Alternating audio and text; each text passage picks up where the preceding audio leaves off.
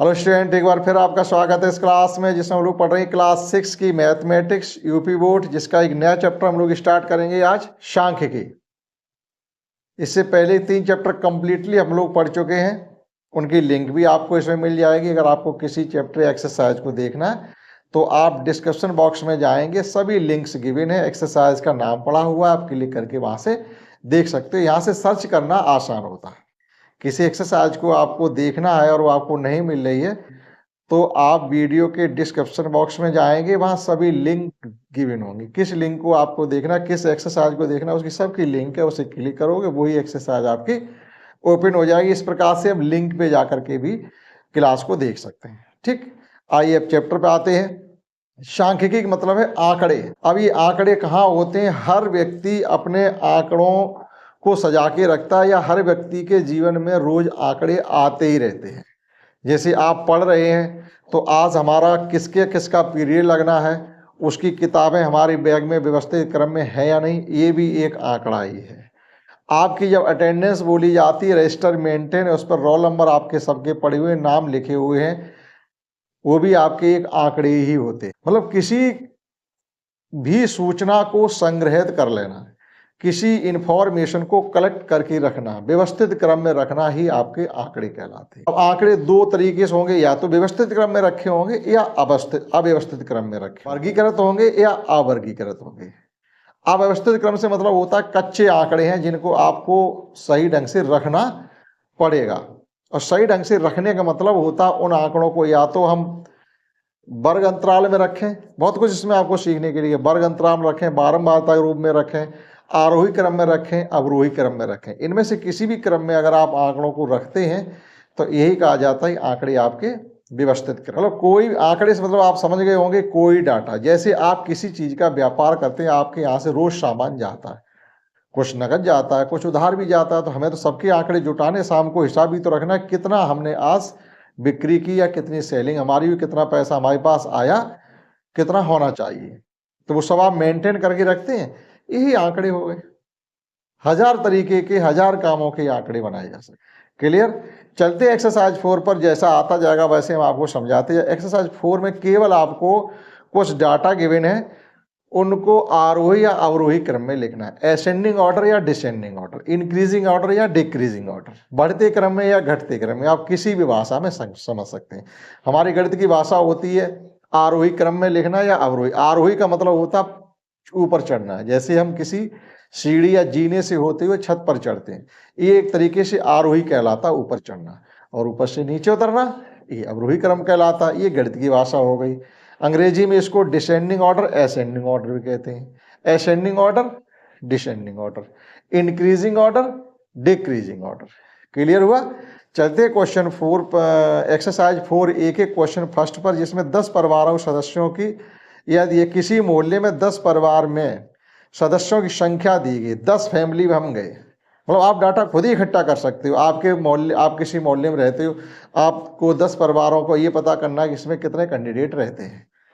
ठीक, उसका मुखिया का नाम लिखा और उनके सबके सदस्यों की संख्या लिख ला, या सबके नाम भी लिख ला। किसी में 4 सदस्य होंगे, किसी में 5 होंगे, किसी में 8 होंगे, किसी में 10 होंगे, किसी में 10 से ज़्यादा भी हो सकते हैं। अब उन सभी आंकड़ों को आपको क्या करना है, एक क्रम से लिखना, बढ़ते क्रम से या घटते क्रम में। तो यहाँ हमसे कहा गया है किसी मोहल्ले में 10 परिवारों में सदस्यों की संख्या निम्नलिखित है, आंकड़ों को आरोही क्रम में आपको व्यवस्थित करना है। ये क्यों करवा रहे? क्योंकि इस चीज की सबसे ज्यादा हमें जरूरत पड़ती, आगे भी पड़ेगी, इसलिए पहले वो क्या सिखा रहे हैं, आरोही क्रम में अवरोही क्रम में लिखना। हालांकि आपको आता होगा। चलिए क्वेश्चन फर्स्ट, ये आपको आंकड़े गिवन है, इन्हें हमें आरोही क्रम में लिखना है। आरोही क्रम आप लिखेंगे यहाँ पर आरोही। आरोही क्रम का मतलब है सबसे छोटा data, smallest number of given data. जो डाटा आपको गिवन उसमें से छोटा नंबर कौन सा है? 2 है। 2 के बाद हमारा इसमें 3 आता, 3 2 बार है तो दोनों ही 3 लिखेंगे आप। 3 के बाद 4 आता, क्या 4 इसमें है? एक बार 4 है। 4 के बाद 5 आता है, इसमें एक बार 5 है। 5 के बाद 6 आता है, इसमें 2 बार 6 है, तो दोनों बार 6 आप पहले लिखेंगे। 7 एक बार इसमें 7 है। 8 भी इसमें एक बार है, और 9 भी इसमें एक बार है। 10 परिवार हो गए या नहीं हो गए ये गिन लीजिएगा। 1 2 3 4 5 6 7 8 9 10। क्वेश्चन फर्स्ट हो गया, क्वेश्चन सेकंड। बहुत छोटी एक्सरसाइज, अभी 2 मिनट में हो जाएगी, बस केवल इतना ही हमें करना है। निम्नलिखित आंकड़ों को आरोही क्रम में लिखिएगा। तो हम पहले आंकड़े लिखते हैं, उसके बाद आपको आरोही क्रम में लिखना सिखाते हैं। देखिएगा, तो क्वेश्चन 2 का डाटा इस प्रकार से आपको गिवन है। बहुत से डाटा इसमें है, देखो 1 2 3 4 5 6 7 8 9 10 11 12 13 14 15। एक बार काउंटिंग करनी, क्योंकि जब हम दोबारा असेंडिंग ऑर्डर में लिख रहे हैं इसको, तो फिर काउंटिंग करेंगे हमारे टोटल है या नहीं, कोई डाटा हमसे छूट तो नहीं गया। तो कुल मिला के यहाँ पर आपसे कहा गया था कि निम्नलिखित आंकड़ों को आरोही क्रम में लिखिएगा, केवल इतना कहा गया। ये आंकड़े, तो देखिएगा सबसे छोटा डाटा इसमें कौन सा, smallest number of given data, आरोही क्रम। सबसे छोटा डाटा इसमें हमारा 2 आ रहा, 2 के बाद 4 3 होता, क्या 3 इसमें पूरे में कहीं भी है? 3 कहीं पर भी नहीं है। तो 3 के बाद चलिएगा 4 इसमें एक बार है, 4 के बाद 5 इसमें कहीं पर भी नहीं है, 6 है, 6 के बाद 7 इसमें कहीं पर भी नहीं है, 8 है, 8 के बाद देखिएगा 9 है, 9 के बाद इसमें 10 कहीं पर भी नहीं है, 12 है, 12 के बाद 13 इसमें कहीं पर भी नहीं है। अब 12 के बाद 20 तक कोई डाटा नहीं है, सब 20 के ऊपर ही है। चलिएगा, तो 22 से पहले 21 इसमें नहीं है, 22, 23 भी है, 24 भी है और 25 भी है।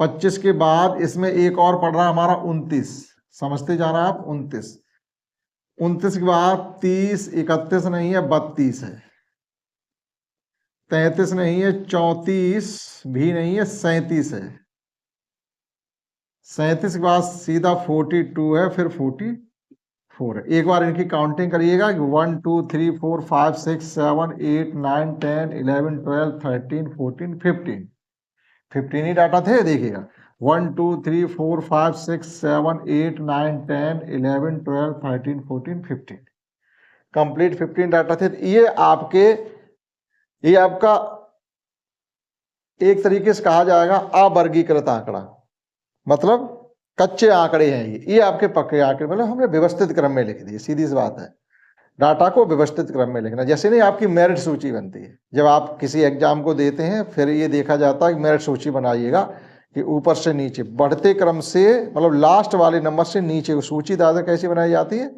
टॉप से लोएस्ट की तरफ चलते हैं। तो वो भी क्या होता है, वो भी एक व्यवस्थित क्रम में लिखा हुआ मार्किंग का डाटा होता है। क्लियर? देखिएगा क्वेश्चन थर्ड, किसी कक्षा में 10 बालिकाओं के, जो देखो यहाँ वही बात आ गई, किसी कक्षा में 10 बालिकाओं के प्राप्तांकों का प्रतिशत हमको गिवन है। आंकड़ों को आपको अवरोही क्रम में लिखना है। यहाँ आपसे अवरोही क्रम कहा गया। देखिए कि पहले हम उनके नंबर लिखते हैं 200 बालिकाओं के। क्वेश्चन थर्ड, ये हमने उन 200 बालिकाओं के जो नंबर मिले थे किसी एग्जाम में, वो हमने मार्किंग कर ली। अब ये हमें सबसे पहले ये देखना है, हमने 10 बालिकाओं की बात की गई थी, क्या 10 ही आंकड़े हैं?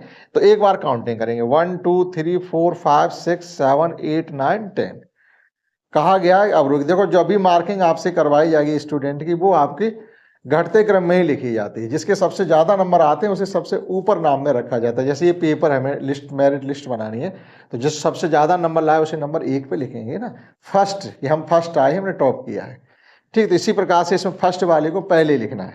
देखिएगा, तो हमें ये डाटा लिखना अवरोही क्रम में, अर्थात घटते क्रम में। घटते क्रम में देखिएगा, इसमें टॉप मोस्ट नंबर यानी मैक्सिमम नंबर कौन सा है हमारा, 70 वाली लाइन में चलिएगा, 73 75 74। तो सबसे ज्यादा जो नंबर इसमें हमारी समझ से आ रहा वो 75 ही है।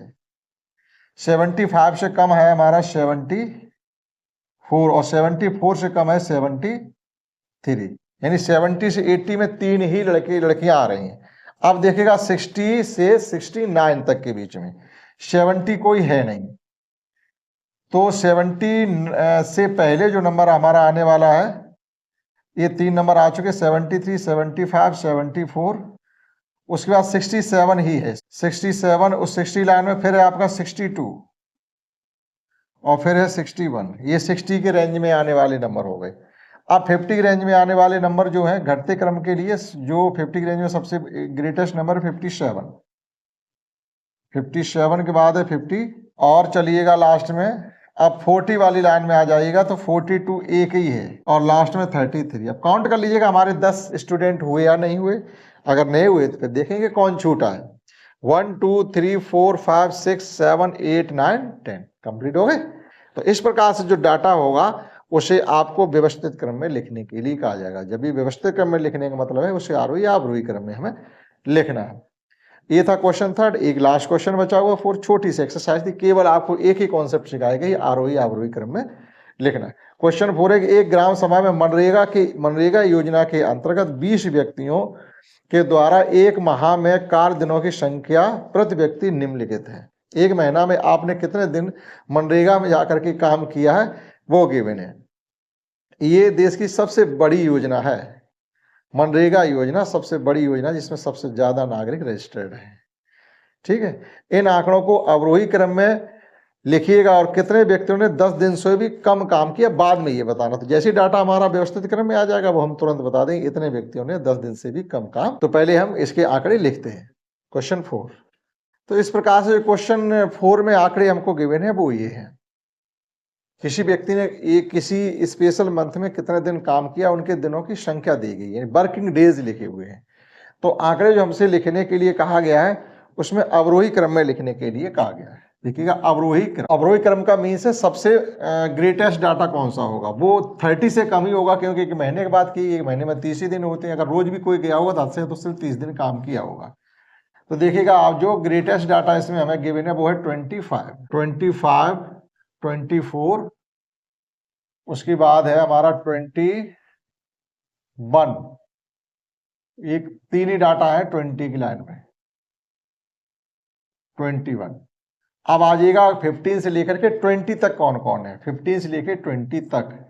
तो 21 हो गया, 15, एक तो है हमारा 17, 19 लिया जाएगा, 20 तो इसमें है नहीं, 19, 18 है या नहीं वो देखिएगा, 18 नहीं है तो 17 आ गया। ठीक, 17 के बाद ये देखना 16 है कि नहीं है, 16 भी है। अब देखेगा 15 है इसमें, 15 भी है। 15 के बाद इसमें देखिएगा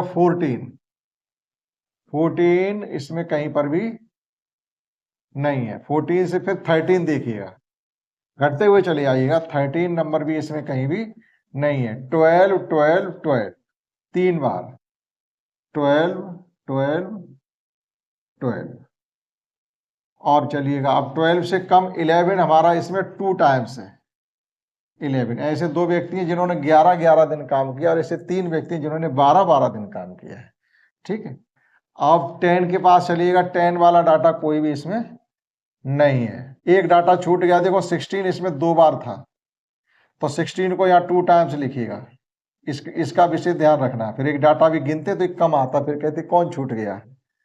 ठीक है, तो 11 आ गया। 11 के से पहले आप देखिएगा 11 भी 2 टाइम्स आ गया आपका, 10 इसमें नहीं है, 9, 8 2 टाइम्स है, 1, 2 और 3 टाइम्स 8 है, तो यहाँ पर 8 ही आ पाएगा, 8, 8 और 7 आपका एक ही बार है और 3।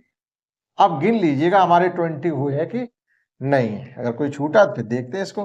1 2 3 4 5 6 7 8 9 10 11 12 13 14 15 16 17 18 19, भैया एक छूट गया। कोई कौन छूट गया वही चेक करना पड़ेगा है। तो ये सब आसान नहीं समझे आप, अभी ये तो कुछ भी डाटा नहीं, बहुत से डाटा आपको दिए जाते हैं, फिर उन्हें अरेंज करना थोड़ा कठिन हो जाता है।